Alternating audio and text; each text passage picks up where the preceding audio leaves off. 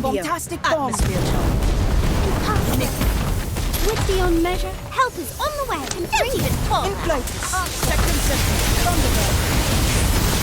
A Harry Potter collectible card strategy RPG is not a game I thought I needed.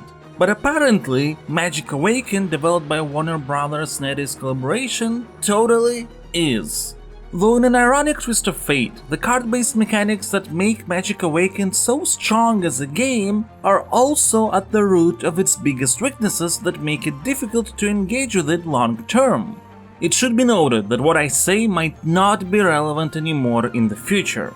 However, in my experience, even with tons of patches, expansions and updates, rarely does a live game change so significantly at its core even after a dozen of years that it would require a total re-evaluation. However, if that will be the case, then sure, I will release an update to this entry. After all, it just so happens that in the case of Magic Awakened, there actually have been really significant story and progression flow changes between the original Asian territory release in 2021, which for all intents and purposes was considered to be an official launch and not a beta or test, and the global 2023 release.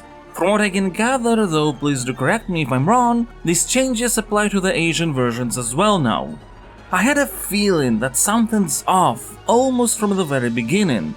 After our very first Charms class where we dream about a battle with a troll, by the way, a very cool way to incorporate a combat scenario without having a first-year student actually fighting a troll, we're suddenly called to participate in the dueling club by Cassandra, the local Slytherin bully with a potential heart of gold. And I understand the desire to get into the core repeatable game mode as soon as possible, but it all felt too sudden, like something was missing. And it was, because thanks to YouTube I found out what happened in the original version. After Charms would have a Potions class with Slughorn with a more proper introduction to Cassandra on the way. We would then go to her house common room and see all the manner of spells students are casting. In the desire to learn more about various kinds of spells, we would go to the library. There, we'd meet Hagrid, who'd recommend joining Flitwick's Dueling Club so we could practice our spellcasting. In the original release, the Dueling Club is still introduced fairly early, after all it is pretty much responsible for the core, ranked and competitive experience, so it has to be, but the introduction flow was much more sensible and atmospheric before the international launch changes. But maybe it was deemed acceptable because Sidecore experience relies on contextual segregation anyway. It is absolutely clear that everything happening on the battle screen is largely an abstraction. It is not expected to assume that students call upon Ron or Draco from years past, or that they go as far as using Crucio or Avada Kedavra. But to me, this is also why everything surrounding this more abstract combat that's more focused on overall atmosphere and style has to be more concrete, more sensible. I know I'm focusing on this aspect a lot, but for a more casual and less competitive audience, that's precisely what keeps everything together. Because, look, there's absolutely zero problems with combat mechanics in this game. They truly are fantastic.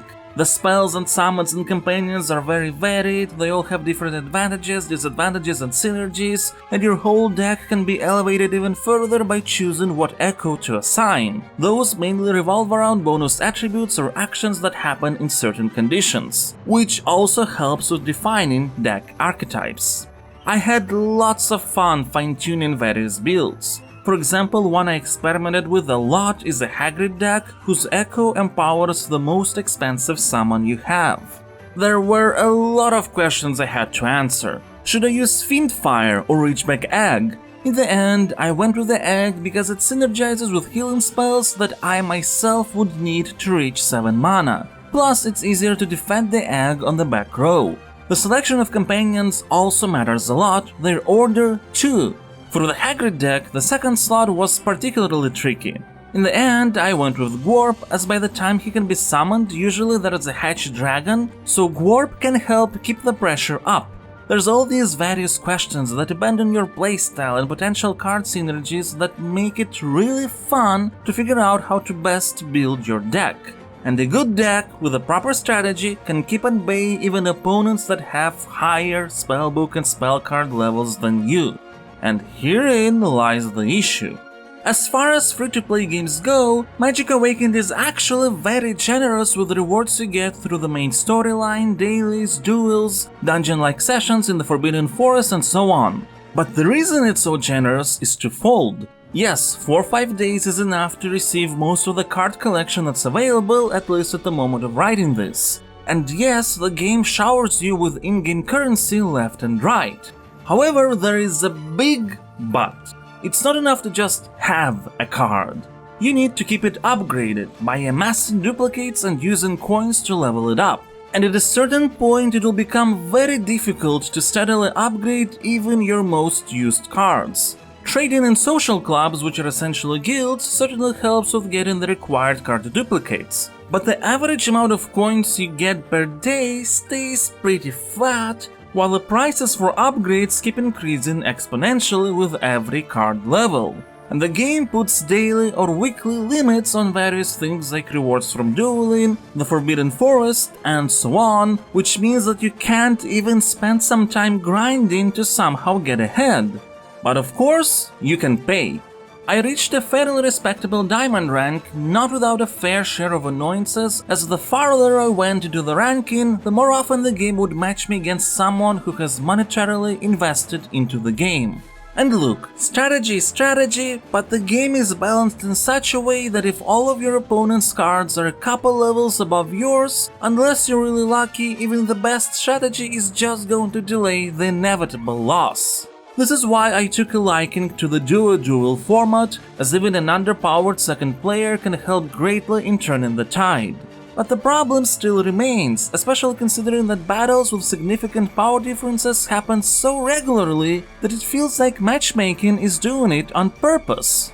But look, even this can be acceptable when a game has enough avenues to take a break from the ranking stress. And credit where credit is due, the amount of non-PvP activities on launch was respectable and updates just keep coming. The most important side content is the Forbidden Forest that I've already mentioned, and it's fun. There's tons of various kinds of bosses, you have to adapt your decks on the way based on upgrades you get, in longer dungeons especially, and all this leads to some really cool cooperative experiences, which in the end reward you with echoes and other items that might help you in dueling. But outside of that and stuff like daily quests, other activities don't really loop back into the core PvP progression in any way. So for example, there are classes that actually have an interesting implementation. I particularly like Divination, where you have to draw an image for others to guess. But at some point one starts to question why would they keep doing it. There is no meaningful rewards, not even customization vouchers like in a dance club, which, by the way, is pretty awesome. Mechanically, it's a standard rhythm minigame, but I love just how elaborate and actually realistic all the animations are.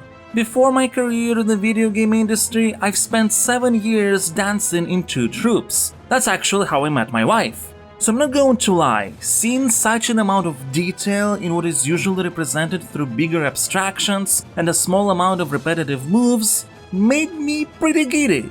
When it comes to other activities, there are social clubs where you can team up to complete what are essentially sort of raids, there's various regular events like class exams or one where you need to color a picture by getting brushes after completing various tasks. But at the end of the day, all these are fairly quick to complete, which leaves us with the main quest progression, and it's disappointing. Each year consists of about 6 missions, and between those missions there is a bunch of disconnected events, some of which even contradict the current main story progression, with the purpose of introducing various cards. Now, of course, this goal is very important, but it results in a weird combination of the narrative aspect feeling disjointed and going by very fast. It's a shame too, because the main story is actually intriguing and the characters are charming. While at the moment of writing this everything ends at year 3, a lot of interesting questions and problems come up. Self-confidence, gaslighting, should you be allowed to use magic to help muggles, and more topics are explored as the cast starts off from typical tropey archetypes for the purposes of quick introduction to becoming much more well-defined personalities as the plot goes on. The writing is pretty good too, and various mandatory Harry Potter references tend to be put in a pretty funny way that I don't mind at all. But at the same time, despite the high implementation quality of any particular segment, when you get from a carefully constructed story chapter to a haphazardly connected quest that comes out of nowhere but it explains a card you might not have used at this point, it starts to feel like Magic Awakened doesn't really care that much about its narrative aspect from a holistic perspective. Even in terms of atmosphere, the game has a lot of explorable locations, but really what you'll be doing most of the time is just teleporting from one to another by clicking on your goals. Magic Awakened doesn't want you to spend any time dilly-dallying, so it could funnel you into the core PvP loop. It's all a real shame because this has to be one of the most beautiful Hogwarts renditions in video games. The art style is absolutely stunning, it fits the franchise so well. Yeah, there are some not quite polished aspects there and there, but at the same time, what does it matter when art for the card spells you're going to use looks like this, with some appropriate connections between the theme and game mechanics to boot. But there's only so much interest a game's charm and style alone can generate. I played Magic Awakened for more than a month on a daily basis. Even organized a social club for casual players, so people would be able to get group benefits without worrying about being inactive for some time. But an increasing number of members were falling off of the game just after a week or two of play. It became quite tiring for me too. As much as I enjoy the gameplay of Magic Awakened, as much as I would be interested in seeing the continuation of the story, as much as I am in awe of the whole experience from an aesthetic viewpoint, with every passing week I would get an ever-increasing feeling that time investment into this game is not worth it. The sad thing is, it will never feel worth it again, not until Magic Awakened changes its approach to PvP and the related progression entirely. It might feel like a very generous game, but it's actually pay to win. And since this term is often misattributed, I don't use it lightly. But considering that Magic Awakened actively blocks progression for non-paying players by withholding rewards past a certain point, there's no other way to call it. And look, is it possible to reach the maximum ranking as an F2P player? Yes, it is, for sure, I've seen people who have done that. But it's not going to be easy, because when you're inevitably matched against someone who's just clearly overpowered, the aspects of skill mastery, mechanical knowledge and deck building are no longer important. And unless there are significant shifts in these core progression principles, no amount of side activities, story quests and special events will make it truly engaging long term. That being said, Harry Potter Magic Awakened is still getting a Stasocritic rating of 81. Because beneath this quite saddening monetization strategy, there is a great game. In fact, it could be one of the best, most engaging Harry Potter experiences to date. Especially if the actual gameplay is to your tastes, as its implementation is just that good.